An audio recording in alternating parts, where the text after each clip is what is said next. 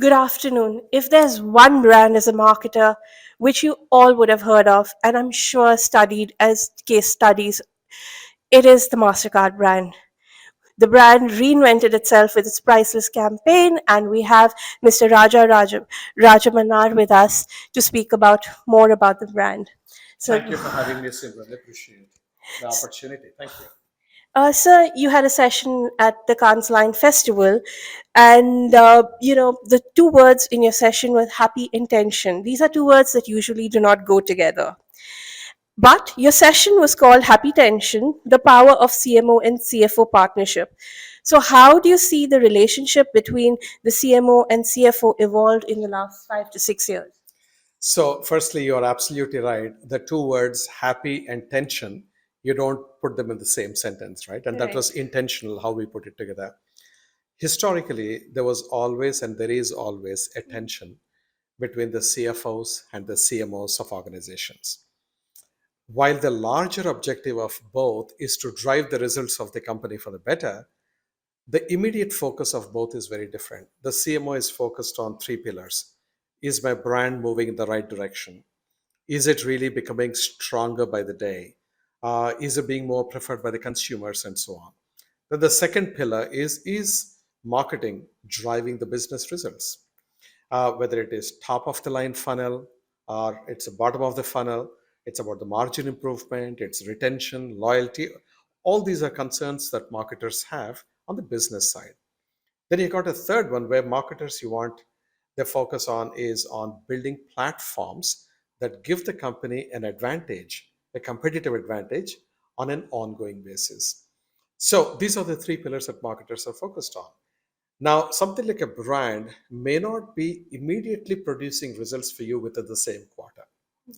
So when you're having a huge brand spend, it's very natural that people outside of marketing, particularly the CFO, can say, why are we spending this and why can't we actually take it back? Sure. Particularly during times of economic crisis, when the company's results get to be a little under pressure, you got revenue, you got expense, and then you have got your EBITDA. So when you look at your revenue, if the revenue is coming down, you have to cut back your expenses. For a CFO to cut back expenses, there are three big heads. One is you have got your people, second you got technology, third is you got marketing. People, you don't want to play with people quarter to quarter. Technology has long lead times either to start up or to close. So people, particularly CFOs, find it easier to gravitate to marketing, to take either funds out of in a short term or to give funds more funds. Either way, they see a lot of fungibility in how marketing pools operate.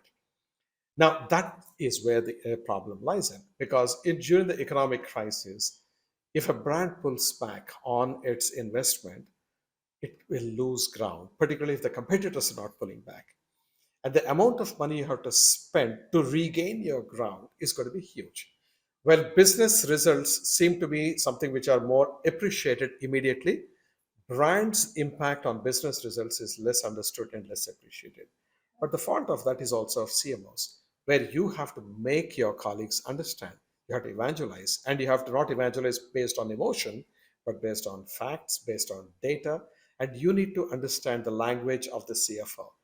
Now, this is where the tension actually happens.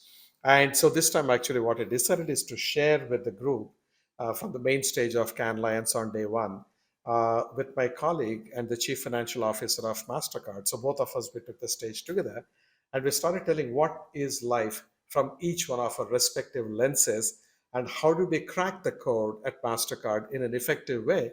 So now I consider my CFO as a best buddy, a great partner, and it's been working for years.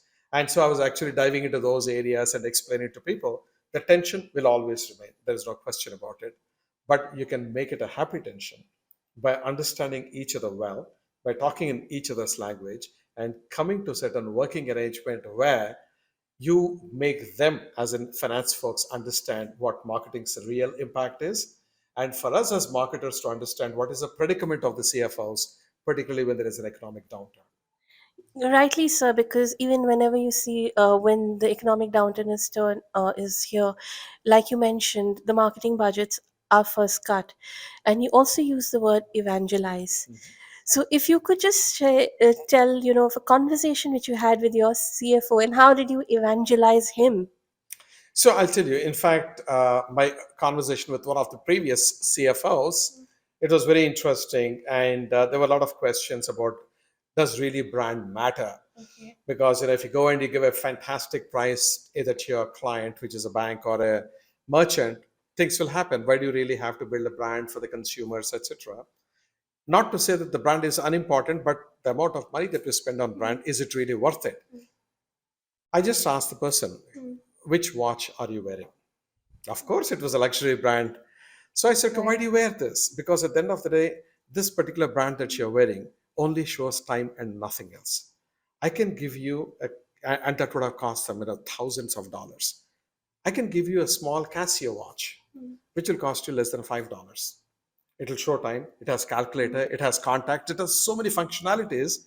You being a CFO, how can you be so irrational and buy that luxury item as opposed to this? I said, that is the power of brand. I think that was an aha moment to that individual. So we go in this kind of a fashion. You have to take time to educate them. And you have to understand why they feel in a particular way. When you understand the root causes, you address those root causes in their language. Like, for example, I spent half of my career managing P&Ls, businesses, right? And other half managing marketing. When I was managing P&Ls, I used to ask these tough questions to my marketing folks. What exactly am I getting for this investment I'm giving you? And many times I get the looks of a deer caught in headlights. In that kind of a situation, I won't get confidence. Or worse, if they start telling me, oh, my brand awareness has gone up and my predisposition has gone up. As a marketer, I understand, but as a business person, I say that looks like a fluff. It's a lot of fluff out there and you're waffling. I want you to tell me. I'm asking a question in dollars and cents. You answer me in dollars and cents. I need to understand. If I'm asking you time, tell me what time it is. Don't tell me time is philosophical and it can move slowly if you're happy or fast if you're not happy or whatever else it is. I'm not interested in the philosophy. I want facts. That's what the CFOs and the CEOs are looking for. And so now when I come over on this side and as the Chief Marketing and Communications Officer for MasterCard, I'm acutely aware of this particular dynamic, and therefore I try to speak always in the language of the CFO so that that person can understand exactly what I'm saying and be able to convince them. The CMO, the CFO, I'd like to introduce a third angle, the CTO. Of With course. technology being such a big part Correct. now, how is your relationship? Because it must have been a drastic change in the last 10 years, and probably interactions with Totally. CTO has probably gone up multifold. So, how has that changed? So this is another excellent point that you make, which is CMOs don't operate in a vacuum. Correct. We need to collaborate with the CFO on the aspects that we just discussed. Marketing is increasingly and a lot more technology driven than ever before. And the future is going to be even more tech and data intensive. And you don't want to go off and build your own tech stacks or contract with third party vendors because as a marketer, you may not be knowledgeable enough to make the right call, not just for today, but do you have a map? Do you understand how to get from here to there? Your CTO can be a brilliant partner. One of the things at MasterCard, what I have done is within my team, I have got a head of technology Okay. who reports to me and also to the CTO. I have got a CFO who reports to me and also reports to the company CFO. And I have got a human resources person because that's another important point of intersection who reports into me and into the human resources head. So what we are trying to do is now marketing, therefore, is not just a standalone entity, which it is in one sense, but it is extremely well integrated with other parts of the company on whom we are dependent quite a lot to make the company overall successful through the success of marketing. Everybody now is talking about experiences, but MasterCard was one of the first brands to actually deep dive into this. And it's been a decade since you've pivoted from advertising led marketing to an experience led marketing Correct. strategy. So, how is this strategy of and the promise of creating priceless experiences helped MasterCard build brand recall as well as loyalty? So, in fact, this is something which I feel particularly proud of. Right in 2013, when I joined MasterCard, one of the first decisions I took was to pivot Priceless from being an advertising platform to having our entire marketing strategy hinged on experiences. So we became an experiential marketing company in a big way. And the result of that, if you just fast forward today, from number 87 in the top 100 brands, today we are at number 9. So we advanced 78 slots, which is not bad, right? And we are now a It's top 10 brand in the terrific. world. It is indeed. That's number one. We built a what do you call audio brand. For the last 4 years, we have been rated as the world's number one audio brand. And we have, if you look at our brand likability scores, if you look at the brand momentum, if you look at our brand affection scores, they are fortunately very, very good. So I think this strategy has been paying off extremely well for us, and I'm so glad that I have embarked upon this 10 years back, and it continues to work. And this is the direction that we continue to keep moving forward on. Now, we spoke about technology, and one sector which has been significantly disrupted with technology has been the payments segment. Mhm. Now, digitization, I'm talking particularly from the India standpoint of view. Digitization, I've seen with UPI, we've seen the rise of RuPay, GPay, WhatsApp payments. So, how is MasterCard evolving its marketing strategy in this scenario? So, firstly, we should look at payments as an enabling activity. Okay, so for example, I'm not waking up, or nobody wakes up in the morning saying that, oh, I need to today, I want to make payment on no, on a soap or a shampoo or on a movie ticket. They want the movie ticket, they want the soap, they want the shampoo. That's what they think about. And payment is an enabler, right? When more companies actually come in into the digital space, because today digital payments are still a tiny fraction of the entire payments space. So there is a lot of opportunity to convert from cash and checks into digital payments. So when many companies come in, consumer education goes up, consumers awareness goes up, and all the companies rise. It's all the boats rise when the tide goes up. That's number one. Number two, what we try to do is to always look at what is it that the consumer truly wants, and can we be there providing experiences that are truly priceless, which means we connect you to you something which you are passionate about in a way that only MasterCard can do it. Part of it we do it through our priceless platforms. Part of it we would do it through our product construct. Part of it we do by running certain kinds of loyalty programs, etc. And like I'll just give you an example. You know, in India, I always keep joking that the three religions in India are cricket, Bollywood, and music, right? So we got into cricket last year with a partnership with BCCI. It has worked like a charm. What we did there, the way we activated, was not very traditional, like what typically a brand does. We went very, very 360 and in very unusual and unexpected fashion. That resulted in a wonderful lift in some of our brand scores, in some of our brand preferences, and so on. It really works very well. And I think, so the key thing is we're not scared of competition.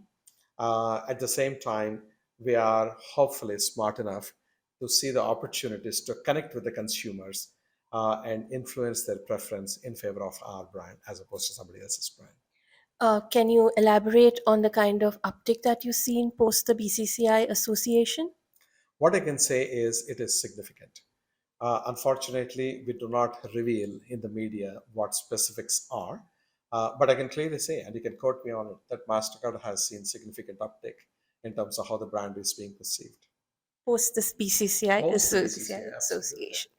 Now, the chatter at Cannes this year has been all about AI and ChatGPT. Yes. You also, priceless expressions is what MasterCard goes by. Mhm. So, how do you see this integration do you see AI being integrated into the MasterCard marketing strategy to deliver priceless experiences? Yes. So, this is one of the common misperceptions that AI is a new phenomenon. We have been infusing AI into marketing, into every aspect of marketing at MasterCard for the last 7 years. So, for example, about 4 years back, we launched something called the MasterCard Digital Marketing Engine, which we developed and launched out of Singapore. That would actually there be deployed artificial intelligence to be able to predict what the next micro trend will be and intelligently look at all the offers and messages that we have in our repository, pick out the most optimal either offer or promotion or communication message, and then leverage that in the context where that message is given or the offer is made. And it buys media, it creates an ad, it does A B testing, it optimizes the ad, measures the ROI. All this was automated and AI was at the center of it. It was a few years back, 4 years back plus. So AI is not new. Generative AI is what is new. So it has really literally broke open into the world, so to speak. And there is so much amount of excitement around chat gpt and dal e and midjourney and all these wonderful ai generative ai tools, whether it is for creating images or creating music or creating what do you call text, etc. And we are actually very carefully looking at everything. We don't want to rush in and do something because generative AI, if it is trained on public data or data that belongs to somebody else, there are IP related issues we have to be careful about. There are things which can creep in which have got intrinsic bias. We have to be careful about that. So what we are now doing is to train AI, generative AI engines on internal Mastercard data or internal Mastercard communications, etc., and then come up with things that we can say this is based on our own proprietary information, and we are not really taking anything from the public. So this is something which we are on, but I'm extremely excited about the possibilities. Finally, you mentioned about cricket, but MasterCard has also associated with women's cricket, badminton, golf. So, what next can we expect from MasterCard in the Indian context? Any big sponsorship up on the anvil? We're constantly looking for opportunities, right? And when some good opportunity comes, we do a cost benefit analysis. And if it proves to be attractive, we absolutely go in and then do it. If it fits also with our strategy, obviously. So it has to be a strategic fit, it has to be economically attractive, and then we just go and do it. And you're right, we went into badminton, we went into cricket, and we will constantly keep looking for opportunities. Right? We went into golf, for example, in India, and it's a journey, and you'll hopefully sort of see more action coming from Mastercard. And I cannot say exactly what is going to happen, but things will happen. Thank you so much for your time, sir. Thank Much you. appreciated. Thank you so much for having this in. Thank you.